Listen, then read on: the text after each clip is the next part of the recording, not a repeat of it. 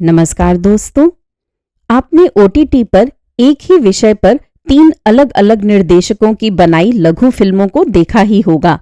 इसी तरह का प्रयोग हिंदी साहित्य में 2 लेखकों ने सन 1987 में किया था, यानी 1987 में। एक ही विषय पर दोनों ने लघु कहानियां लिखी। इस तरह अपनी किताब में उन्होंने 17 विषयों पर अलग-अलग कहानियां लिखी। सुनते हैं एक विषय पर ये 2 लघु कहानियां। फायर ब्रिगेड, लेखक ईश्वर शर्मा। बड़ी प्रतीक्षा के बाद आखिर शहर की नगर पालिका में फायर ब्रिगेड आ ही गया। पालिकाध्यक्ष ने शहर में मुनादी करवा दी कि अब लोग निश्चिंत होकर घरों में आग लगा सकते हैं। मुनादी में स्पष्ट कर दिया गया था कि घरों में योजनाबद्ध ढंग से आजकल जिन्हें जलाया जाता है उनके लिए फायर ब्रिगेड नहीं भेजा जाएगा। नगर की अपेक्षाओं को देखते हुए फायर ब्रिगेड की नितांत आवश्यकता थी। बार बार दूसरे शहर से अपनी आग के लिए फायर ब्रिगेड बुलाना लोगों को असंस्कारिक और अव्यावहारिक लगता था। अपनी आत्मनिर्भरता पर पूरे नगर में खुशी मनाई गई। लोग खुश थे कि अब शादी ब्याह के मौकों पर पानी के छिड़काव के लिए सुविधा हो जाएगी। अब इसे संयोग ही मानना चाहिए कि इधर फायर ब्रिगेड का आना हुआ और उधर नगर में आग लगना ही बंद हो गई। जिस चीज की उपलब्धता होती है उसका उपयोग ही नहीं निकलता है।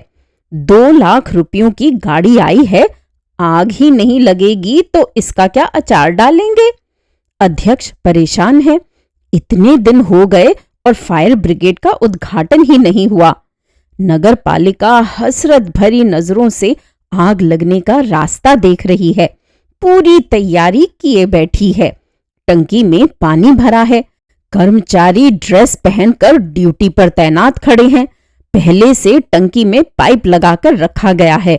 मतलब ये कि इधर आग लगने की खबर मिली नहीं कि फव्वारा यहीं चालू। लेकिन वाह रे कृतघ्न नगर, बचाव का इतना बढ़िया इंतजाम, फिर भी आग नहीं। इतनी अच्छी व्यवस्था होने पर तो लोग शादी तक करने को तैयार हो जाते हैं। यहाँ तो छोटी सी आग भी नहीं लग रही है। अध्यक्ष की परेशानी वाजिब है।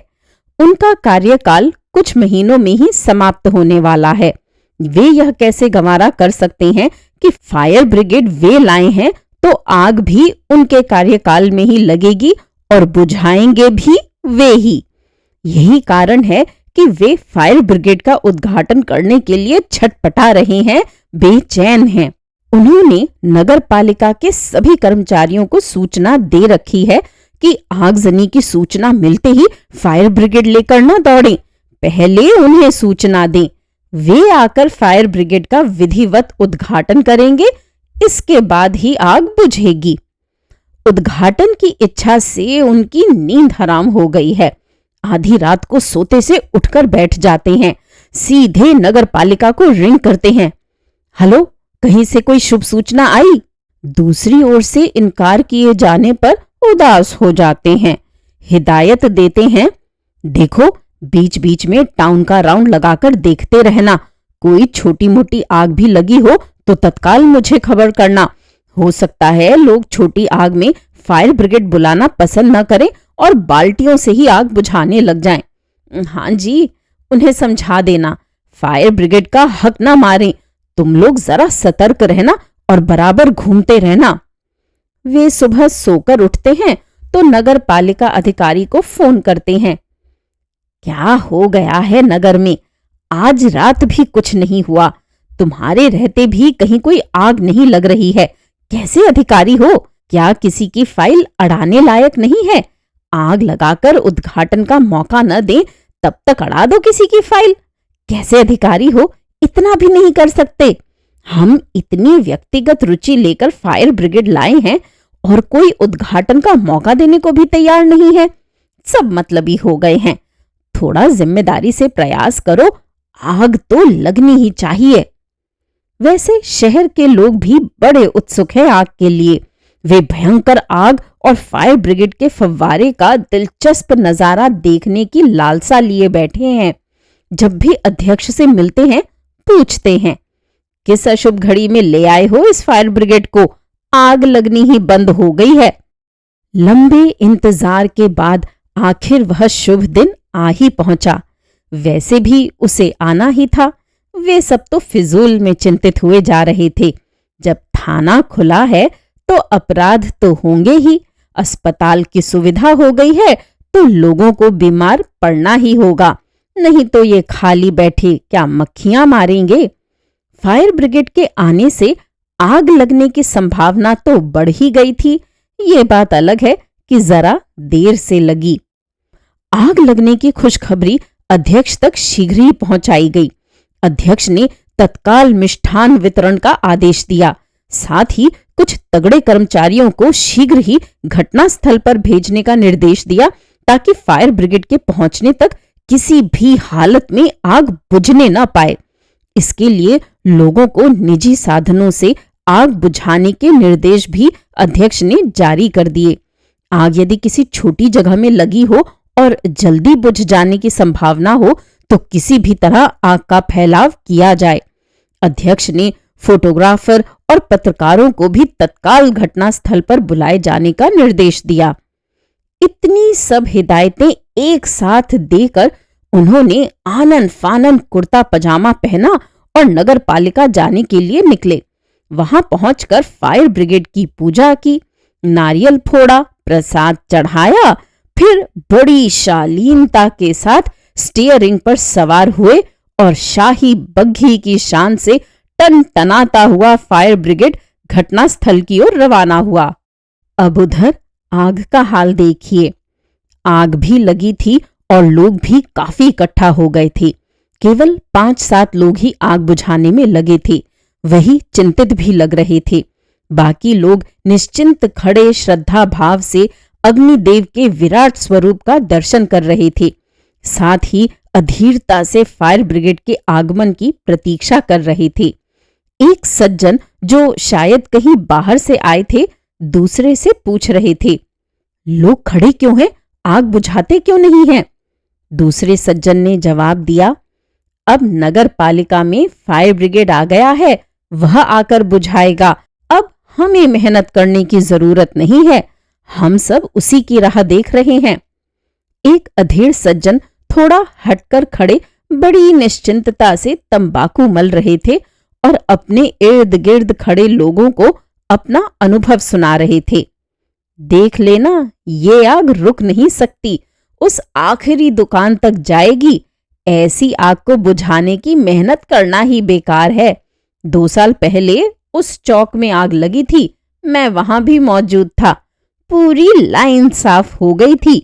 मैंने तो इतनी बड़ी बड़ी आग देखी है कि उसके सामने ये आग कुछ भी नहीं है। ये कहते हुए उन्होंने मली हुई तंबाकू निचले होंठ में दबाई और पजामे से हाथ पोंछते हुए अपना अनुभव सुनाने दूसरे झुंड की ओर चल पड़े। वे अपना अनुभव नहीं सुनाते तो भी नगर के लोग उन्हें अच्छी तरह जानते हैं। उनकी लगाई आग का बुझना बड़ा मुश्किल होता है। वे आग लगने के पहले ही पहुंच जाते हैं और पूरा जल जाने के बाद ही जाते हैं। जिनका काम केवल डायरेक्शन देना होता है, ऐसे 2-4 डायरेक्टर भीड़ में शामिल थे। जरा इधर से पानी डालो, उधर से पानी डालो, जरा तेजी से पानी डालो, थोड़ा नजदीक जाकर फेंको। ऐसी ही चिल्लाहटें वे डायरेक्टर मचाए हुए थे। वैसे न तो कोई उनका डायरेक्शन मान रहा था और न ही वे इसके लिए चिंतित थे। उनका मुख्य उद्देश्य था कि उपस्थित लोग उनकी जिम्मेदारी देख लें और इसमें वे सफल भी हो रहे थे। जिनकी दुकानें जल रही थीं, वही दुकानदार आग बुझाने में लगे थे। बाकी लोग अपने अपने ढंग से जिम्मेदारी निभा रहे थे। इस बीच नगर पालिका के कर्मचारी भी वहां पहुंच गए।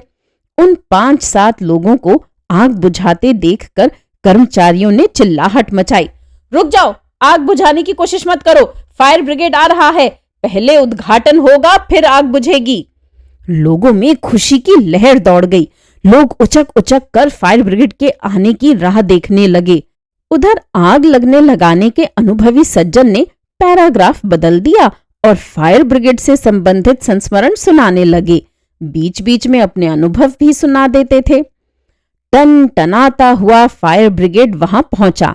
जनसमूह को देखकर अध्यक्ष फायर ब्रिगेड की छत पर खड़े हो गए और अपना उद्घाटन भाषण प्रारंभ किया। भाइयों और बहनों, बड़ी प्रसन्नता की बात है कि लंबी प्रतीक्षा के बाद आज आग लगी है और मुझे फायर ब्रिगेड का शुभारंभ करते हुए खुशी हो रही है। आपके इस सहयोग और शुभकामना के लिए सबसे पहले मैं आप सबका आभार मानता हूं। फायर ब्रिगेड के आते ही हम सबकी विशेष इच्छा थी कि शीघ्र ही आग लगे और हमें इसकी कार्यक्षमता देखने का अवसर प्राप्त हो। जैसा कि आप सब जानते हैं, फायर ब्रिगेड का सीधा संबंध आग से है। इसका कोई दूसरा उपयोग नहीं है। आज मैं इस फायर ब्रिगेड का उद्घाटन इस कामना के साथ कर रहा हूं कि नगर में बराबर आग लगती रहे, जिससे फायर ब्रिगेड को भरपूर कार्य मिले और इसकी उपयोगिता बनी रहे। इधर अध्यक्ष महोदय का भाषण चल रहा था और उधर जलती आग के चारों तरफ घेरा डाले लोग तालियां बजा रहे थे। वहीं किनारे पर खड़े एक बुजुर्ग ने मुझसे कहा, इस देश में हर कोई अपनी अपनी क्षमता का फायर ब्रिगेड खरीदकर आग लगने की राह देख रहा है। अस्त्र बनाए ही इसलिए जाते हैं कि उनका उपयोग हो। जो बंदूक लेकर चलते हैं वे सीना और लाठी लेकर चलने वाले सिर्फ ढूंढ ही लेते हैं। कुछ लोग भूख लेकर चलते हैं, वे पेट तलाशते हैं। पद लेकर चलने वाले बेरोजगारी और अनाज लेकर चलने वाले सूखे की तलाश करते रहते हैं। जो ईमानदारी खरीद लाए हैं वे चाहते हैं कि पहले लोग बेईमान बन जाएं, फिर उन पर ईमानदारी थोपें। समाज सेवा का मुखौटा चढ़ाए लोग सोचते हैं कि विकलांग और असहाय जितने बढ़ जाएं अच्छा है। मतलब ये कि हर कोई अपने अधिकार, कला और हुनर का प्रदर्शन करना चाहता है, लेकिन इसके पहले दुर्गति की चरम स्थिति देखने की इच्छा रखता है। मैं कानों से बुजुर्ग की बातें सुन रहा था और आंखों से आग बुझाने का मनोरम दृश्य देख रहा था। लोग उत्साह से आग लगने का जश्न मना रहे थे। दूसरे दिन अखबार में आग के समाचार के साथ एक फोटो छपी थी, जिसमें फायर ब्रिगेड पर खड़े अध्यक्ष भाषण दे रहे थे और आग के चारों ओर घेरा डाले लोग तालियां बजा रहे थे। श्रोताओं, अब सुनते हैं लेखक लतीफ घोंघी की लिखी कहानी इसी विषय पर, फायर ब्रिगेड। हम लोग दादा उस महापुरुष को कहते हैं जो हमारी नगर पालिका के अध्यक्ष हैं।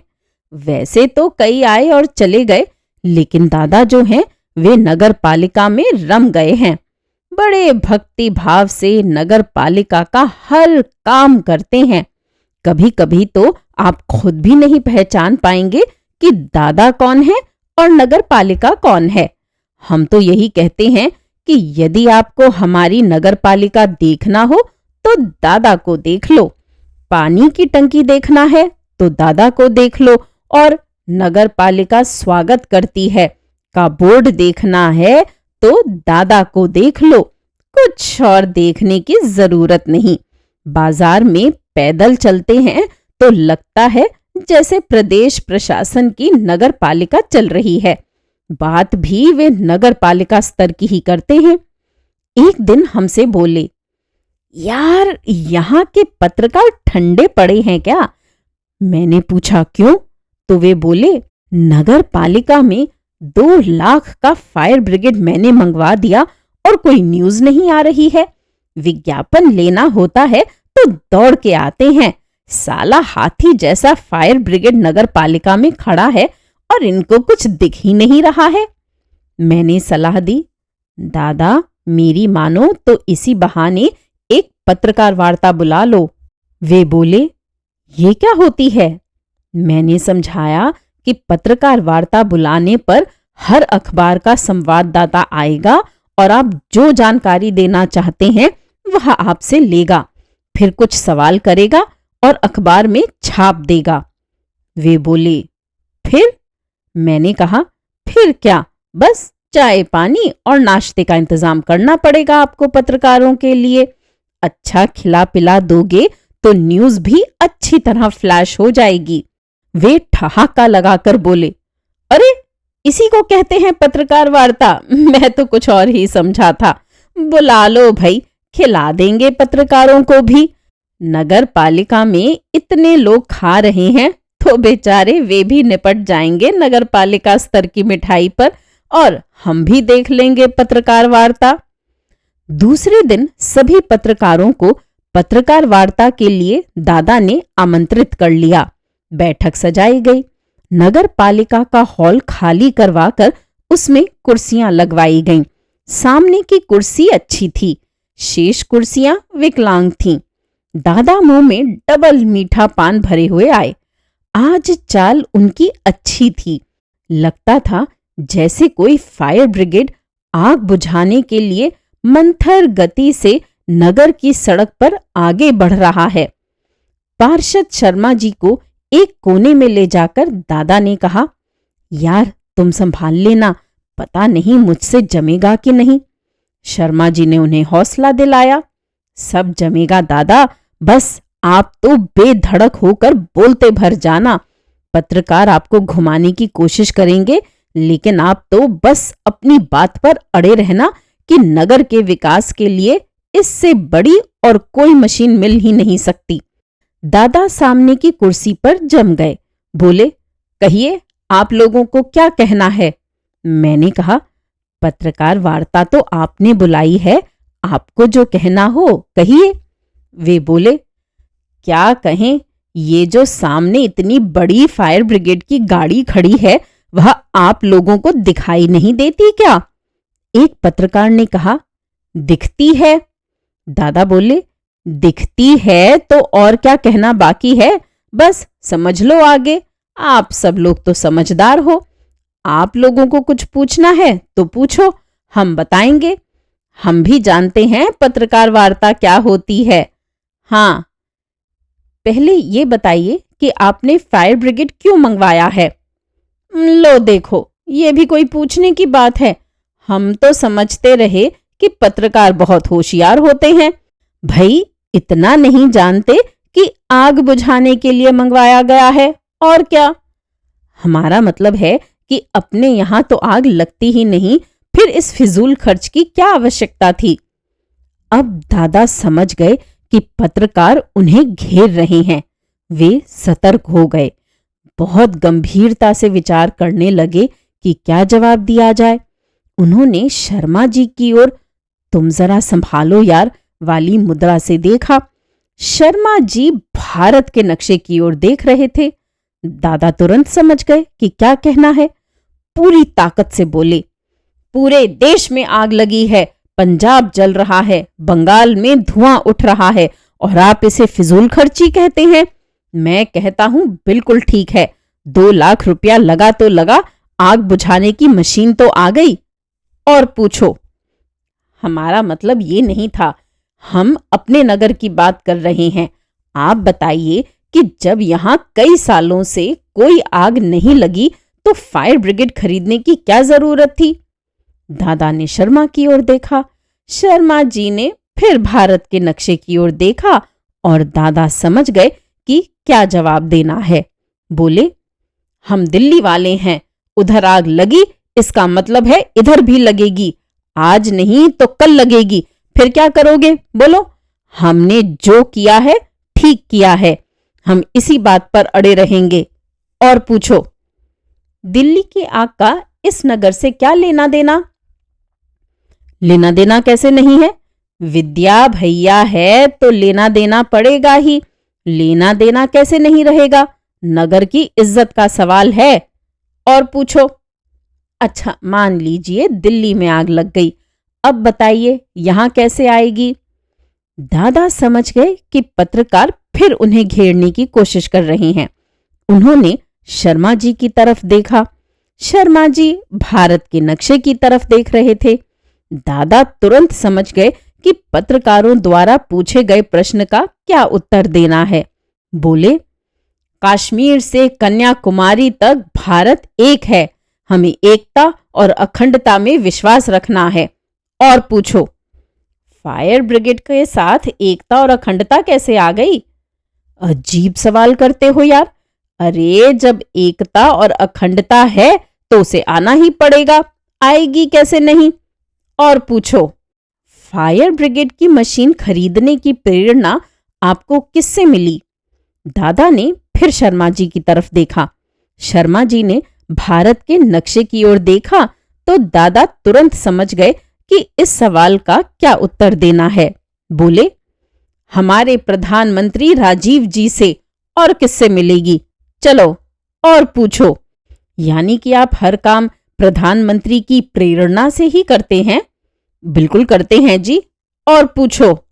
क्या आप बताएंगे कि ये प्रेरणा आपको किस प्रकार मिली? इस बार दादा डगमगा गए।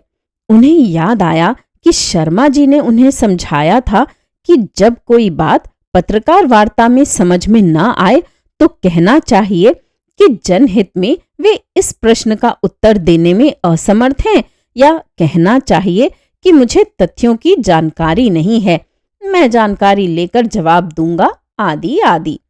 दादा ने एक बार फिर जानकारी लेने की स्टाइल में शर्मा जी की ओर देखा। शर्मा जी अभी भी भारत के नक्शे की ओर ही देख रहे थे।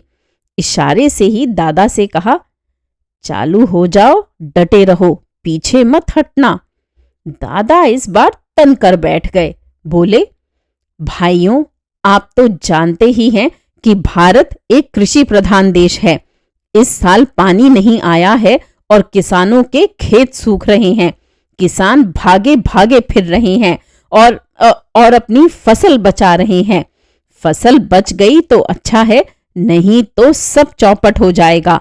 बाल बच्चे भूखे मर जाएंगे। पानी ही सब कुछ है।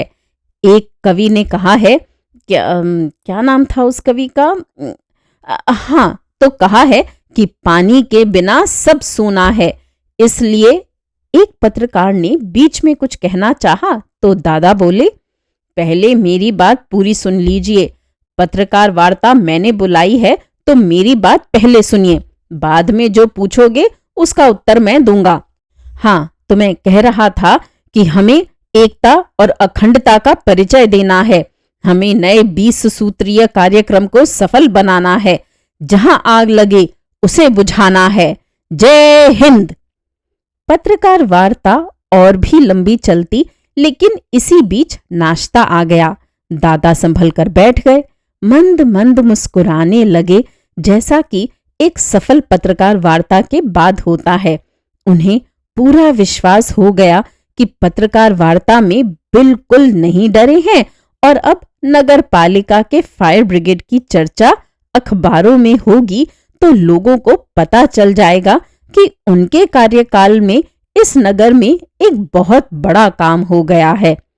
दूसरे दिन अखबारों में फायर ब्रिगेड की फोटो छपी। दादा फायर ब्रिगेड की स्टीयरिंग पर बैठे थे और पीछे नगर पालिका का एक चपरासी भारत का नक्शा लेकर खड़ा था। श्रोताओं, अभी आप सुन रहे थे एक ही विषय पर लिखी 2 अलग अलग लेखकों की कहानियां। उम्मीद है ये नया प्रयोग मेरी ऑडियो बुक में भी आपको पसंद आया होगा। मेरे चैनल पर आने के लिए और इन कहानियों को सुनने के लिए धन्यवाद।